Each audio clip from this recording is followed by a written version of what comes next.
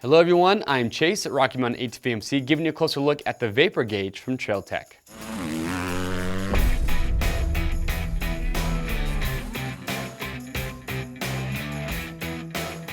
All right, so today we're giving you a closer look at the vapor gauge coming from Trail Tech. So we have a lot of digital gauges that we offer from these guys, and the vapor gauge is going to be ideal for a rider, whether a motorcycle, ATV, or even UTV.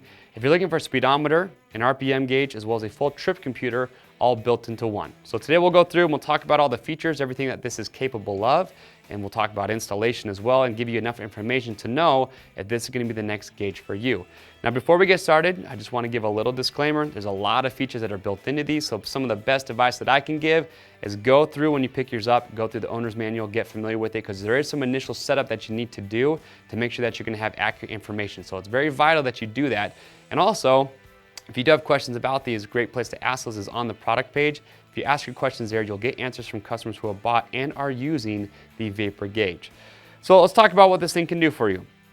So, like I said, speedometer, RPM gauge, trip computer, all built into one. So this is going to have an internal battery, so it's going to last about a year, they say, but if you have an electric start, you can actually plug this directly into your battery. So that way it's going to fire right up every time you start the bike. If you're just using the internal battery, it'll actually fire up and start working when you start to roll the bike forward. So when you fire this up, your main screen, you're going to notice you've got your speed, there's your RPM bars, you've got your ambient temperature, time of day, and then down here at the bottom right, that's going to be your distance. So you can set that actually for miles or for kilometers. The choice is going to be up to you. Now if I press the mode button again, okay, you're still getting your speed, you're still getting your RPMs, but now you have your engine temperature. You're also going to have TT you see with your clock. That is going to be a stopwatch. But if I press this button down here at the bottom right, that will change my stopwatch to RT, which is ride time. So it's pretty cool that they give you some options there with the clock. So ride time is start to finish of your ride, and that's going to be resettable. And then the stopwatch is if during that ride you have a specific segment that maybe you want to time, you can do that. And again, that's going to be resettable as well. And the way you reset it's pretty simple actually. There's actually just a button right here on the back, this little red one.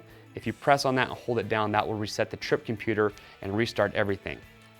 So there's your stopwatch, again there's your ride time, and then down here at the bottom is actually going to give a digital readout of your RPM. So you might be asking, well, why would you have that if you already have the RPM bar? Well, the digital readout is just going to be a little bit more accurate. So if you want to know exactly what your RPMs are at, that's going to help you know that.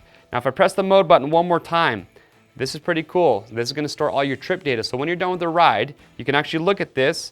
Oh, press it again because it goes away. So you've got your max speed. It's going to show your max RPM. There's going to show your max temperature that you're operating at. And then you're going to have two different clocks here. So you can see I've got my ART, which is accumulated ride time. That's going to be your hour meter. Every time you fire up the bike and you ride, it's going to keep track of the total hours on your bike. That's not going to be resettable, again, because that's your hour meter for the bike.